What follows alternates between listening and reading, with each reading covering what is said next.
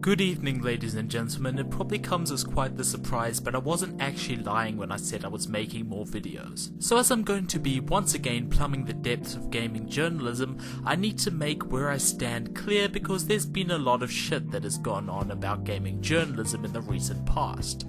I'm above all else an independent researcher and investigator. I'm not attached to any group or movement. I don't even have a Twitter account. I'm not interested in the whole online gender fracas. In fact, it bores me to tears at this stage. I am simply here to bring attention to the lax standards and ethical breaches of media organizations on the internet. That's basically it. That's what I do. I don't care if a journalist is a feminist, a social justice warrior, a alien, a Scientologist, or a reptilian. Do your fucking jobs. If you're gonna lie or engage in bad faith journalism, I will call you on it. That's all there is to it. Some of my work doesn't even relate to gaming journalism, and I'm relatively critical of online journalism across the board, just so that we know where we stand. Now, I'm not in the business of getting personal, for the most part, with one or two notable exceptions. I'm simply here for the sake of public accountability.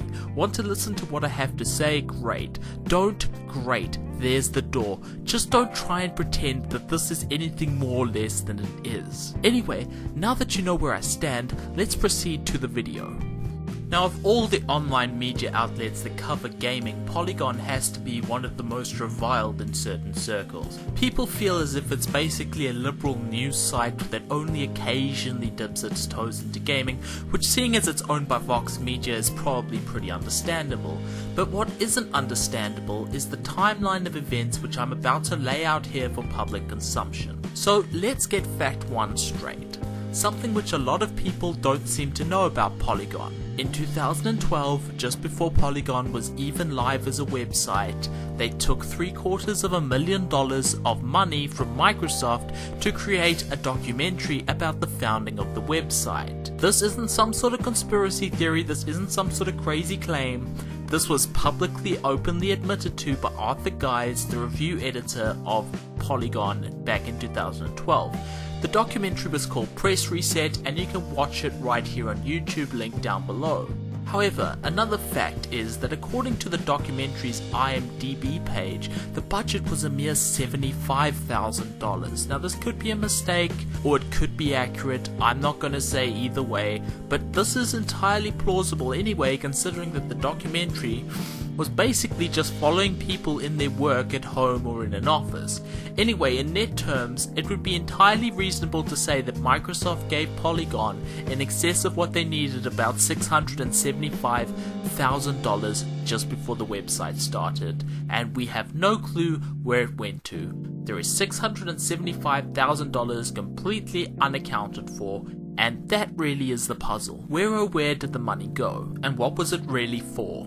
Now, there's a temptation here to invent answers to those questions and just say, well, obviously they're corrupt. They got all this money, therefore all the reviews are corrupt. However, this money alone doesn't prove that. We need to actually go deeper and look for real proof if we're going to make big assertions like that. And all it really proves is that Microsoft seemed mighty unnaturally keen to get this documentary made for some reason. Also, if you think that this entire video is just about me having some sort of anti-Microsoft bias or something, or you think that this is about the console wars, that is just so beyond retarded at this stage, I'm not even going to deal with it. Anyway, now to fact 2.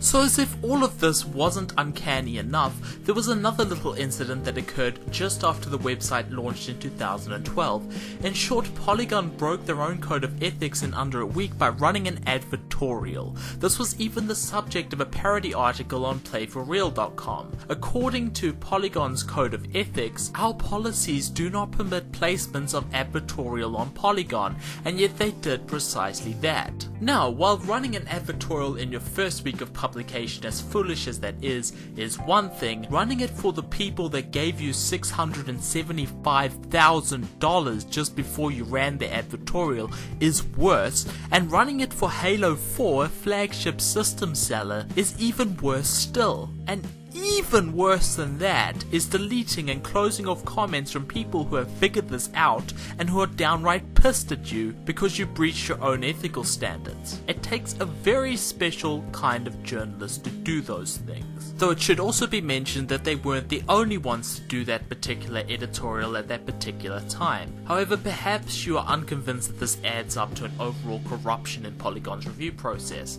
and that would be a correct conclusion to come to.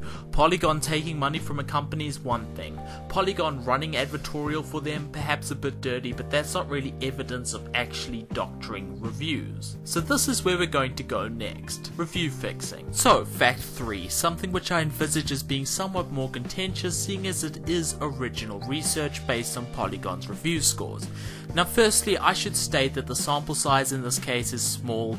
It only comprised of around about 18 games, and I may extend and revise my study more in the future and report back if I do, but that isn't exactly a firm promise at this stage. These results though are somewhat tentative at the moment, and they still tell the story nevertheless. And I guess I should also mention my credentials because people seem to want those sort of things online. Now this isn't to brag or be an internet professor, but just to show that I have training in this field, though what I'm doing isn't rocket science anyway. I hold a bachelor's in accounting and economics and a graduate diploma in economics, including econometrics. I know statistics. Anyway, the data set in question is a number of Polygon reviews of exclusive games for the PlayStation 3 and the Xbox 360, and most of these reviews are clustered around just when Polygon began and into 2013. So I calculated some averages and I did some very simple calculations that I'm going to walk you through right now, and hopefully everyone will be able to follow this and see what I'm saying. So the first thing I'll do is I'll list all the games in my data series. For the Xbox 360 we have Halo 4, Dance Central 3,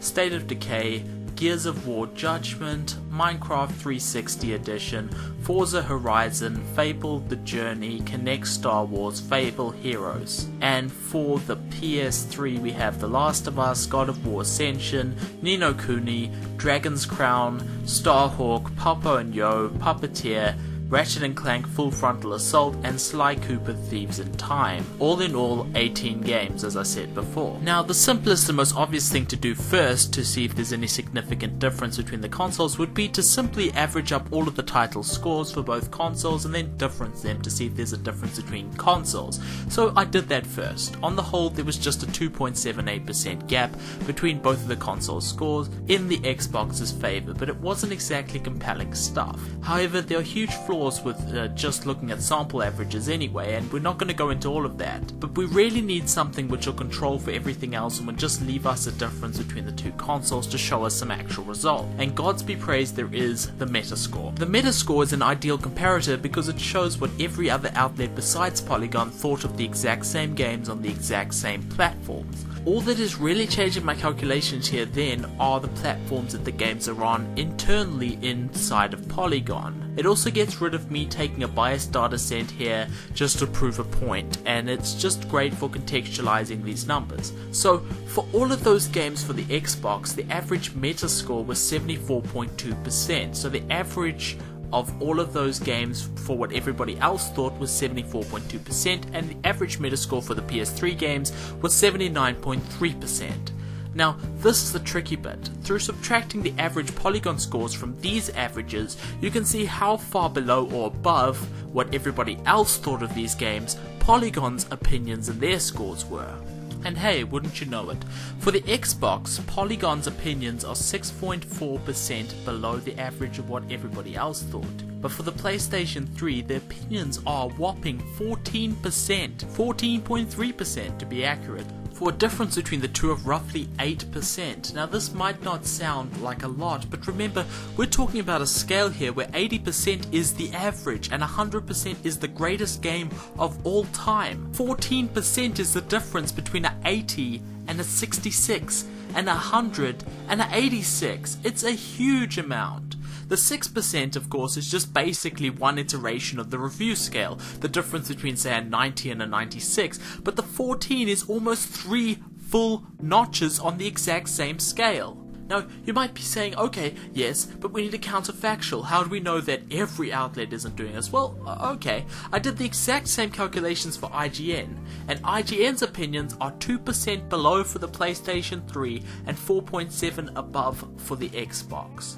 That is actually not a huge movement. It is a total of 6.7%, but put it this way, it is the difference between an 84 and a 78. It's nothing compared to the 14-point difference that Polygon have for PlayStation games. Now, is this a perfect study? Of course not. There are biases that could creep in all over the place. The Metascore is a weighted average after all, and I wouldn't stake my life on these results quite yet. Though for me, all of this is basically just a good start. Now, in conclusion, I will tell you what I make of all of this, and this is just my opinion.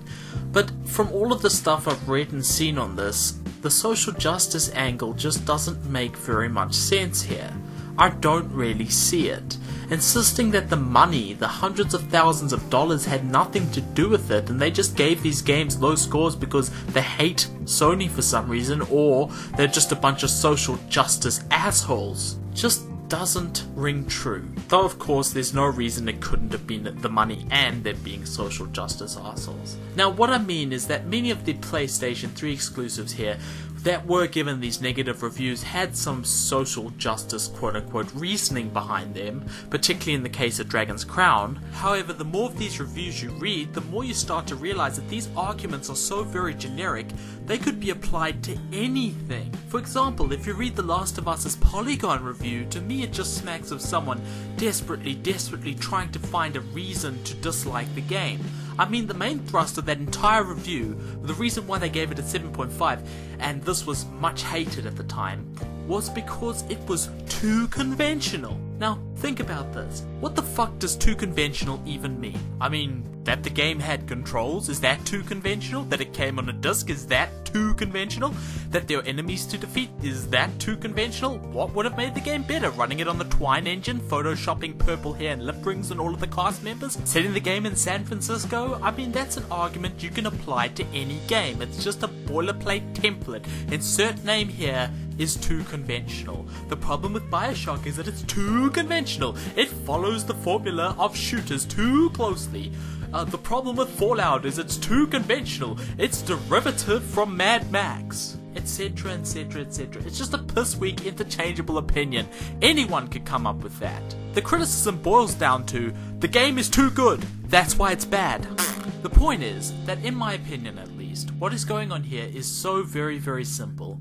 Polygon took a large amount of money from Microsoft for biased reviews. End of story. All of their reviews are completely interchangeable. Because, might I remind people that according to Polygon, this is a Game of the Year material. Fantastic game, 9.5 out of 10. While this is a terrible crime against the poor, delicate female species. The difference? One runs on Xbox, one runs on PS3. And as far as I'm concerned, all the social justice stuff and the fanboyism is just fluff. In fact, I think that this is how Polygon covers for their corporate bias. As long as everybody's coming at them for being social justice warriors and for being against their favorite gaming console, wanting to take away games and all of this, they can continue to claim, victim status. They can continue to claim the high ground. Oh look, it's anti-feminists attacking us. Oh look, it's Sony fanboys attacking us. Oh noes. But when you come at them with actual proof of bias from a corporation, that is where they begin to sweat. The reality of the internet is that it's overrun with people looking to take advantage of others for a little bit of cash. The reality of business is that companies take out their rivals by whatever means necessary. Railroad companies assassinated each other's workers in the 1800s. Alcoa bought up all the electricity they could in the 1930s to kill off their rivals. In the long and dirty history of industrial organization, paying for bad reviews of your rival company's products is not even a little bit implausible. It's inevitable, especially considering that Microsoft has some mighty deep pockets. But that is just my opinion. Formulate one yourself. I've been Dangerous Analysis, walking the lonely, windy road. Thank you all for subscribing, and as always, good night and good luck.